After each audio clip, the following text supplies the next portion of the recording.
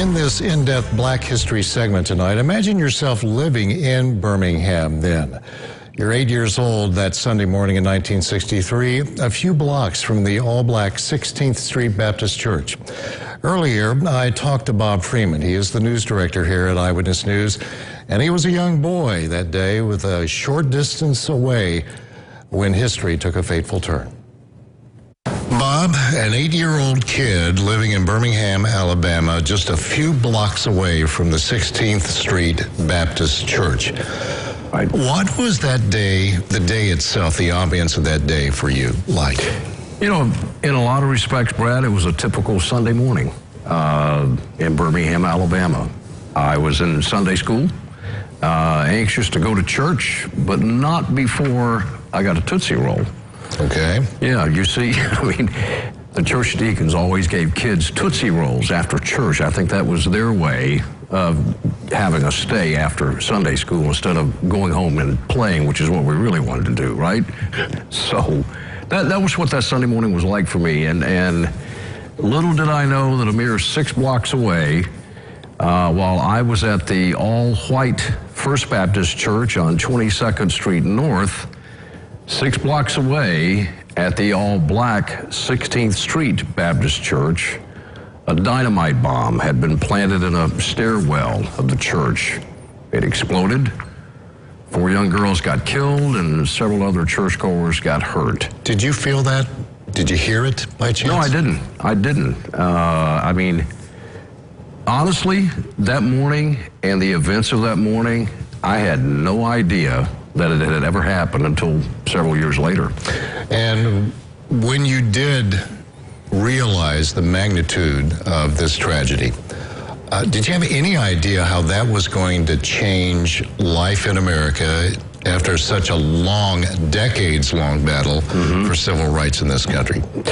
At the time of the civil rights movement in the early 60s, life for me and a lot of other white kids just like me, it was the same. I mean, there really wasn't anything noticeable to us. And all that really came very, very clear years later, particularly when I became a news reporter. And you did become a reporter several years later, and you covered the trial. I did. And at the time, this is the only person at that time who ended up getting convicted, and that was Dynamite Bob Chambliss. Right. He was tried and convicted of the bombing. You covered that. 14 years after that church bombing. It took 14 years to get the first man to court. And as you said, it was Robert Chambliss, and his nickname, everyone knew him as Dynamite Bob. And he pleaded not guilty. And his lawyer maintained during the trial that Mr. Chambliss was just a mean old racist Klansman, but that there were like 10,000 others just like him in Birmingham at the time. But that didn't mean that he bombed the church.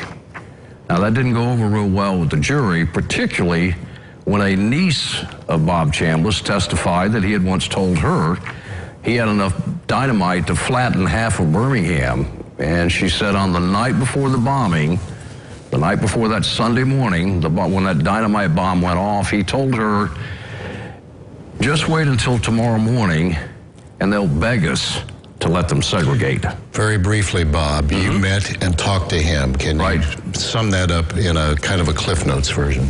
Sure. That was like 6 years later, 1983. It was the 20th anniversary of the church bombing. At that time, I was working at a television station, and I produced a 1-hour special on the 20th anniversary of the bombing, and much to my surprise, Bob Chambliss agreed to talk with me for that special.